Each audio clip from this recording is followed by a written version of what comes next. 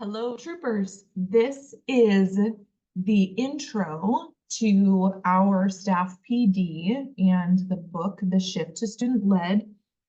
We are going to be using this book in our collaborative study cycles. It is full of strategies for you to try and implement in your classroom as you are working towards your student growth goals, as you are working towards building a tool belt full of new things that you are trying to see if they work for your students and your teaching.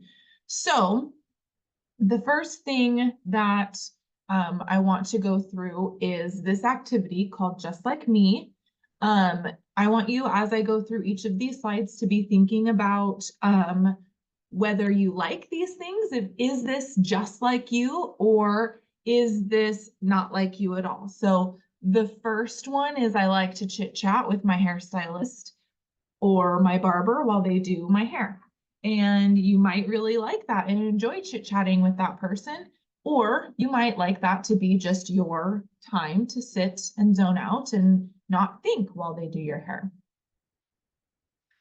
Just like me, I like the toilet paper roll going over the roll, not underneath. Is that a preference that you have? Are you indifferent to that? Or is it one of those things where you get really annoyed when someone puts the toilet paper roll on backwards?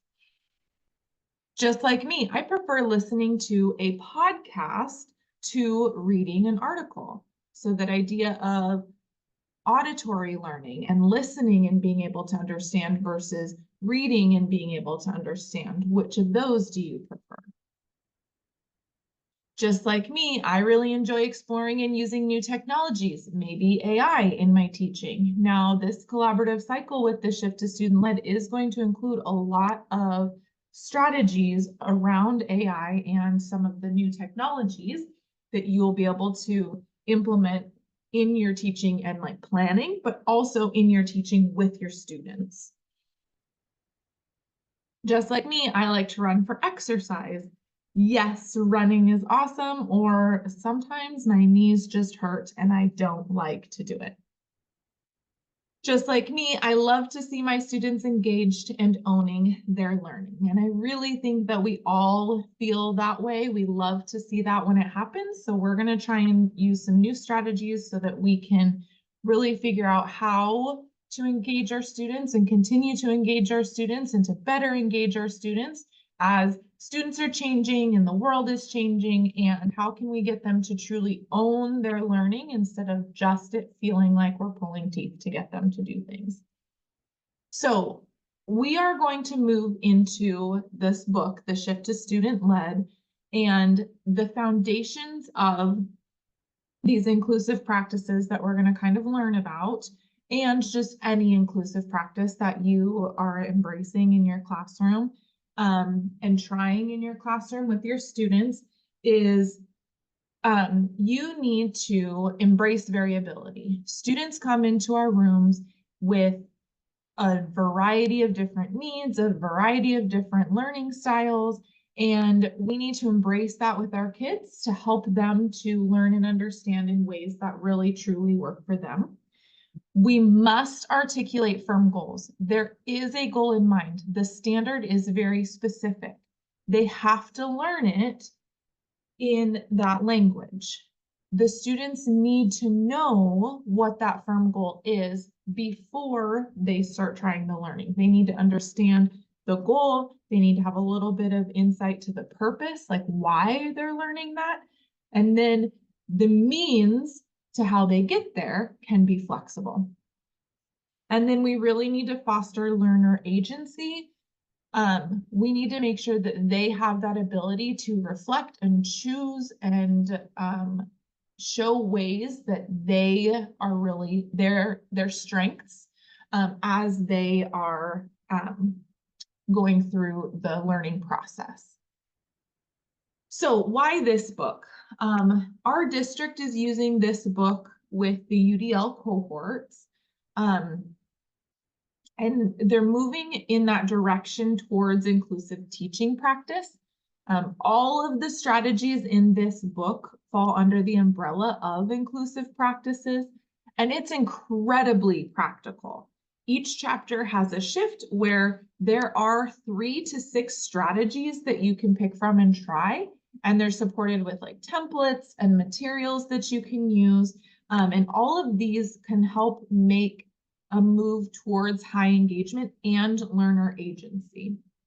It is rooted in that inclusionary UDL mindset, and it's responsive to the survey that you filled out.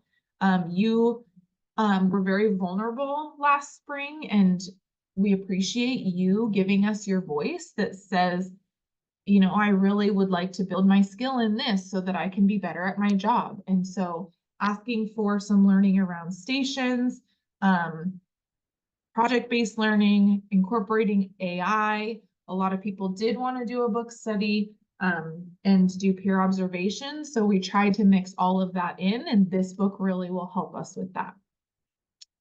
I'm not going to play this video in the Zoom. I have linked it later that you can watch as well. So what we are going to read in this learning cycle, so we're doing 3 cycles throughout the year. The first cycle, you're going to read the dynamic duo and the UDL blended learning, and then shift number 1. So that dynamic duo is the intro to it all, and then workflow shift 1 is transferring of information to student discovery. So you're going to read that one in this first cycle. Then cycle 2, we're going to read shift 7, which is from feedback on finished products to feedback during the process. And then in cycle 3, we're going to read shift 10, from student project design to student-led project-based learning. So in the table of contents, go ahead and star those chapters. You can read more if you'd like. You have access to all of that, so you can do as much as you wish, whatever is in your means. Also, after the table of contents, there's a list of tables and like planning templates. And then the very next page, there's a QR code. That QR code will give you online access to templates and other resources that are mentioned in this book. So make sure you look at that QR code. Change can be daunting, but really what we're trying to do is just practice. Right now, this is, you're taking risks, you're trying new things, taking it one small step at a time, just so that we can begin to see what happens with our students and their mindsets and their engagement in classes. So one example of a UDL practice or an inclusionary practice that gave students some learner agency is this setting up your science notebook. So this is something that every science teacher probably did at the beginning of the year. And this is one small way that you could provide choice to students and give them an opportunity to learn in a way that works best for them. So this teacher said that once they, when they set up their science notebook, they could either work on the carpet with the teacher, they could use a digital example on Google Classroom, or they could look at an example of the notebook and copy it. So she set out different labels that all the students would need if they were working on their own. She gave them all different cover pages so they could choose which one they wanted to do. They could design it in the way that they wanted.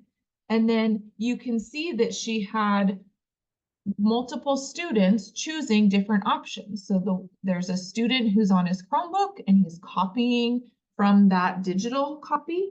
And there's a student sitting there with that paper copy sitting next to his notebook trying to copy what the teacher did. So this is just one small example of how you can implement an inclusionary practice in your classroom. And this is one step you can take moving that direction. So along with the UDL and inclusionary practices, the shift to student-led book study, each of the cycles is also going to have little AI bites along the way. So in October, how AI can support, this is more based on your work as a professional. So how you can use AI to help you plan, to help you communicate, and that's going to be connected to the UDL shifts. In December, we're going to talk about how AI can support students using it in the classrooms. So using AI with the students so they can better understand and use it, and then also talk about logistics and guardrails for using it with your kids as well. And then in February is to be determined. So you are going to answer these 3 questions on the reflection sheet that is part of this playlist. So go ahead, and as soon as I click to the next slide, you can do that now. I just want to put this out there as well, and this is also on the reflection. All of the UDL guidelines in the world won't transform practice if they aren't in service of the belief that all students can learn. So thank you for listening. Go ahead and do that reflection right now, and have a great day.